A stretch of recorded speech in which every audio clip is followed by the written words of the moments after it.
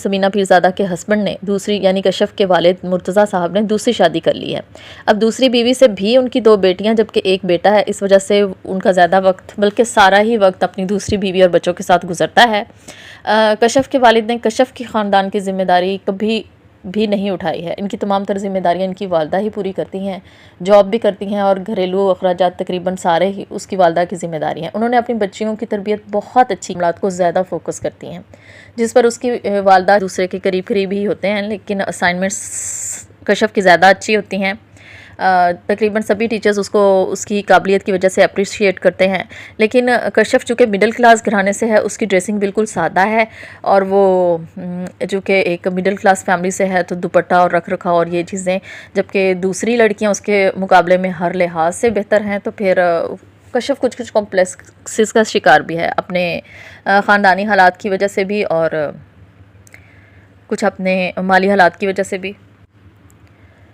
ज़ारून के लिए लड़कियों से दोस्ती करना कभी भी कोई मसला नहीं रहा। वो जिस लड़की से चाहता है दोस्ती कर लेता है और ख़ूबसूरत और मालदार होने की वजह से लड़कियां भी उस पर फ़िदा हो जाती हैं, खैर बहुत जल्दी से। अब ज़ारून की कोशिश है कि वो कशफ को किसी तरह इम्प्रेस कर सके।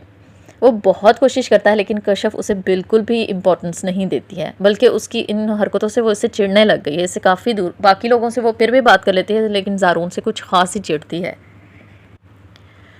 यूनिवर्सिटी में जॉब करने वाले एक सीनियर प्रोफेसर अबरार साहब ज़ारून के वालिद के बड़े अच्छे दोस्त हैं। दूसरी तरफ इब्रार साहब कशफ को भी बहुत ज़्यादा अहमियत देते हैं। कशफ भी तकरीबन अपनी सारी बातें इब्रार साहब से ज़्यादा डिस्कस किया करती है। यूनिवर्सिटी का ये टाइम और ये सीन्स बड़े ज़बरदस्त दिखाए गए हैं। नोक झोंक भी है और गुस्सा भी है, प्यार भी है, मतलब इस किस्म की चीज़ें बड़ी अच्छी सीन फिल्माए गए हैं। उसके बाद ये यहाँ से पास आउट कर जाते हैं। इसी दौरान ज़ारून की बहन की शादी कर दी जाती है। अब शादी तो उसने अपनी पसंद से की है, लेकिन चूँकि उसकी वालिदा ने बहुत ज़्यादा आज़ादी अपनी बच्चियों को दे रखा है, मुझे सब्र करना, बर्दाश्त करना, शौहर को अपनी बातें बताना, उससे इजाज़त लेना या अपनी बातें उस शौहर की बात मान कहाँ आ रहे हैं, कहाँ जा बगैर जाना तो मर्द के लिए भी बाइसे परेशानी हो सकता है, पीछे वालों के लिए जिनको नहीं पता। अब एक फ़ैमिली मेम्बर घर पे नहीं है और पीछे वालों को पता ही नहीं है कि वो कहाँ है, तो ज़ाहिर है जिस किस्म के हालात हैं हमारे मुल्क के, परेशानी तो बनती है कि पता नहीं कहाँ है, किस हालात में है, कब घर पहुँचेगा, और शहर में है या शहर से बाहर है, मुल्क में है या मुल्क से बाहर है। फैमिली को ज़रूर पता होना चाहिए, चाहे वो ख़ातून हो या मर्द। ये तो आज़ादी का हिस्सा नहीं है, मेरा ख़्याल ये रिस्पॉन्सिबिलिटी है। यही चीज़ें ज़ारून कहता है, लेकिन वो आज़ादी के नाम पर रात को लेट आती है उसकी बहन, तब भी ज़ारून को इशू होता है कि रात को 2-2 बजे तक आप आ रही हो। उसकी बहन कहती है तुम भी तो इस टाइम पर लेट आए हो, जिस पर वो ये कहता है कि मैं मर्द हूँ। उसकी बहन इस बात पर चिढ़ जाती है कि ये तो कोई बात ना हुई कि मर्दों का लेट आना अलाउ है, ख़वातीन को लेट आना अलाउ नहीं है। दूसरी तरफ वो एक फंक्शन पे देखता है कि कशफ लेट नाइट जब बाहर रुकती है यूनिवर्सिटी के एक इवेंट की वजह से, वो इस कदर परेशान और घबराई हुई होती है कि हमारे यहाँ ये सब नहीं होता। उसे ये चीज़ बड़ी अट्रैक्ट करती है। और वैसे देखा जाए तो दोबारा से जब उनकी मुलाकात होती है तो ज़ारून को बहुत होती है कि ज़ारून ने मुझे प्रपोज़ किया है। वो साफ़ इनकार कर देती है, लेकिन फिर खैर किसी तरह वो लोग इसको कन्वेंस कर लेते हैं। ज़ारून भी खुद उससे बात करता है और इसे कन्वेंस करने में कामयाब हो जाता है। फिर उसके बाद कशफ और ज़ारून की मंगनी कर दी जाती है। मंगनी के बाद उनकी शादी भी जल्द ही अच्छे हालात में कर दी जाती है। कशफ दिल में खौफ लेकर नए घर में रुखसत हो जाती है।